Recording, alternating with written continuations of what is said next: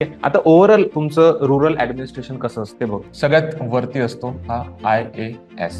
हा 3 डिपार्टमेंटमध्ये काम करतो. सगळ्यात पहिलं डिपार्टमेंट जे आहे ते लँड अँड रेव्हेन्यू. मग जेव्हा IAS तुम्ही बनून जाता आणि तुम्हाला हे डिपार्टमेंट मिळतं तेव्हा तुम्ही ऍज अ डिस्ट्रिक्ट कलेक्टर काम करता. DC लँड डिपार्टमेंट आहे, लँड अँड रेव्हेन्यू. काय काय काम असणार आहे? लँड मेजरमेंट, त्यानंतर लँड आयडेंटिफिकेशन आणि अजून काय असतो? Tax collection. तुम्ही जेव्हा कोणतीही तुमची प्रॉपर्टी किंवा लँड रजिस्टर करता त्याच्यावरती एक टॅक्स लागतो. तोच टॅक्स कुठे जातो? लँड अँड रेव्हेन्यू डिपार्टमेंटकडे. दुसरं जे डिपार्टमेंट आहे ते आहे development department. Everything related to development. जेव्हा IAS तुम्हाला पद मिळतं आणि तुम्हाला डेव्हलपमेंट हे डिपार्टमेंट मिळतं तेव्हा तुम्ही CEO म्हणून काम करता, चीफ एक्झिक्युटिव्ह ऑफिसर आपल्या महाराष्ट्रामध्ये. मग आता डेव्हलपमेंटचे कामं काय असणार आहेत की प्रोव्हाइड इक्वल अपॉर्च्युनिटीज.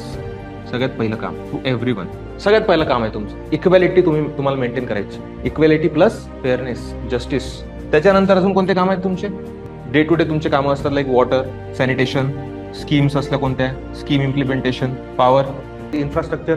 तिसरं डिपार्टमेंट जे आहे ते असतं लॉ अँड ऑर्डर. जेव्हा तुम्ही IAS होता, लॉ अँड ऑर्डर डिपार्टमेंटचे तुम्ही हेड असता तेव्हा तुम्ही ऍज अ डिस्ट्रिक्ट मॅजिस्ट्रेट काम करता. आता जिल्ह्यामध्ये तुम्ही म्हणता सर हे 3 कसं काय बसताय? डिस्ट्रिक्ट कलेक्टर हा एकच असतो पूर्ण जिल्ह्याचा, परंतु CEO जो आहे तो कुठे बसतो? जिल्हा परिषदमध्ये बसतो. आणि जिल्हा परिषदचे कामं काय? सगळे रिलेटेड टू काय?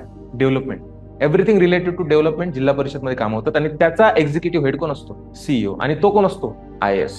आता डिस्ट्रिक्ट कलेक्टर हा लँड अँड रेव्हेन्यूचे सगळे कामं बघणार, कारण त्याचं नावच काय? District collector. काय करतोय तो? टॅक्स रेव्हेन्यू कलेक्ट करतो. मग त्याचा तो हेड असतात. त्याचं डिपार्टमेंट मेन रेव्हेन्यू डिपार्टमेंट असतं, जो तुम्ही बघता की नाही जिल्हाधिकारी कार्यालयामध्ये, कलेक्टर ऑफिसमध्ये. तिथं हे सगळे कामं चाललेली असतात. विकासाचे कामं जिल्हा परिषदमध्ये चाललेले असतात. तिथं पण IAS बसलेला असतो, पण तो कोण असतो?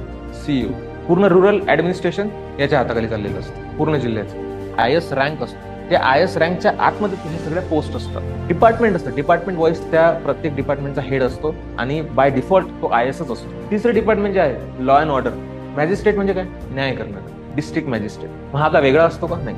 डिस्ट्रिक्ट कलेक्टरच ऍज अ डिस्ट्रिक्ट मॅजिस्ट्रेट काय करतो? त्याचं काम करतो. मग त्याच्या सोबतीला एक्झिक्यूट करण्यासाठी सगळं कोण असतो? जिल्हा लेवलवरती असतो की नाही? Superintendent of police.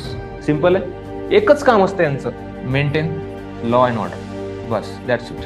बाकी काहीच नाही. हाच एक IAS तुम्ही जो बनलेला आहे, तुम्हाला रँक मिळालाय. डिफरंट तुमचे काय आहेत? काम आहेत.